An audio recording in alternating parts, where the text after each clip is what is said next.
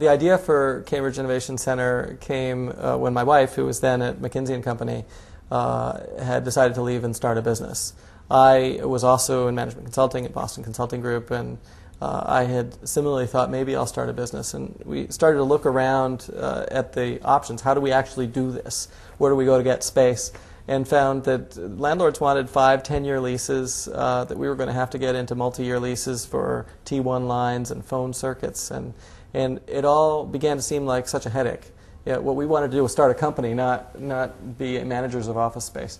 So at the end of the day, I was talking about this with some friends from the MIT Sloan School of Management, where my wife and I had studied.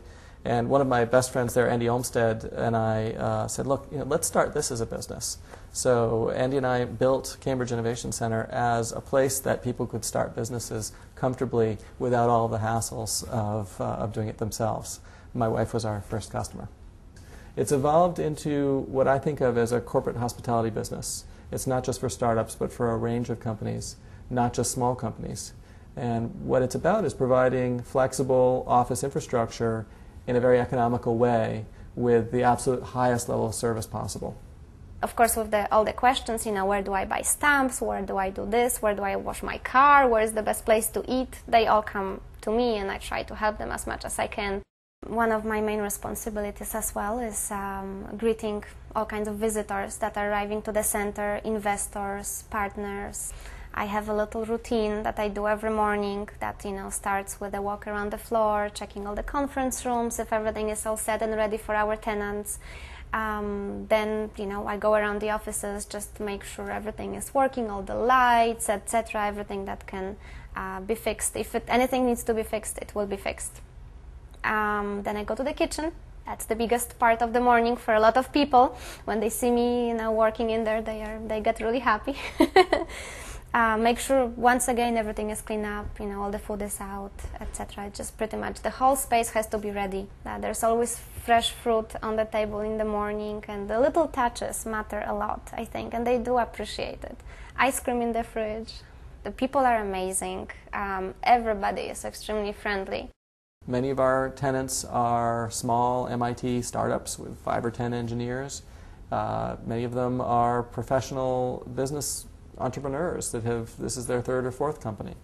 Not having to buy furniture and go out and lease telephone lines and copiers and fax machines and so forth is a great peace of mind as they focus on building their business rather than the office environment around them.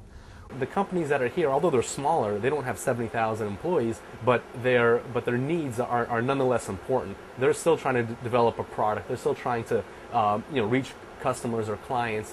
One of the ways that we help them achieve that here is by taking out the complexity out of technology. So they don't need to think about the data side. They don't need to think about their internet staying up. It just does. My previous experience was working with Nortel Networks, which I'd worked there for about 3 years, working with their top executives and their CEO and ensuring that their technology stayed up 24/7. Because we're not a 70,000 user company, because we're not a huge behemoth, we have the personal type of experience or the personal relationship with people that if they need immediate assistance, they can come around the corner and get it. If they have questions, they can contact us 24/7.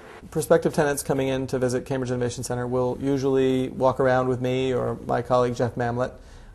We'll introduce them to the tenants here that they may know or may be most related to their business, so that they can hear firsthand what it's like to be at Cambridge Innovation Center. It usually takes them 15-20 minutes to get a feel for the place, and often we find people telling us they'd like to move in the next day.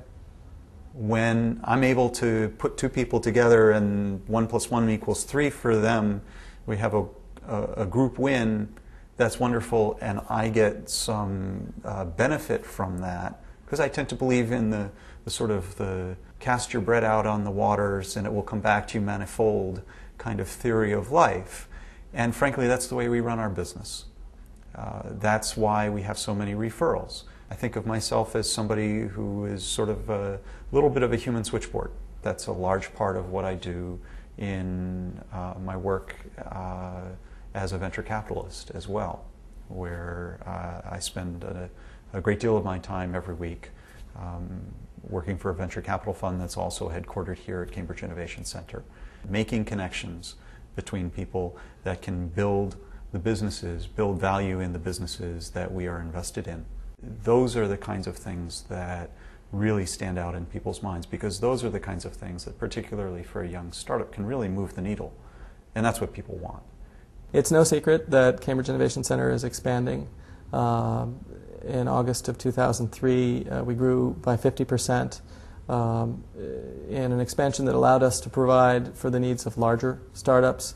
Originally, we had served companies that were in the sort of 1 to 15 person range, and now we're serving companies up to the 30, 40 person range. What we found is that the same economics that work for a managed office space environment at the smaller scale work equally well at the larger scale. These companies still do not want to be responsible for managing their own office infrastructure.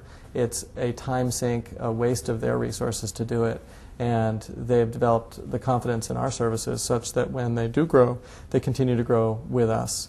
All of this, I think, is remarkable given that most of our tenants are on month-to-month licenses, not even leases. They have no long-term obligation. So essentially all of our tenants could leave anytime they wanted if they didn't like the services that we're providing.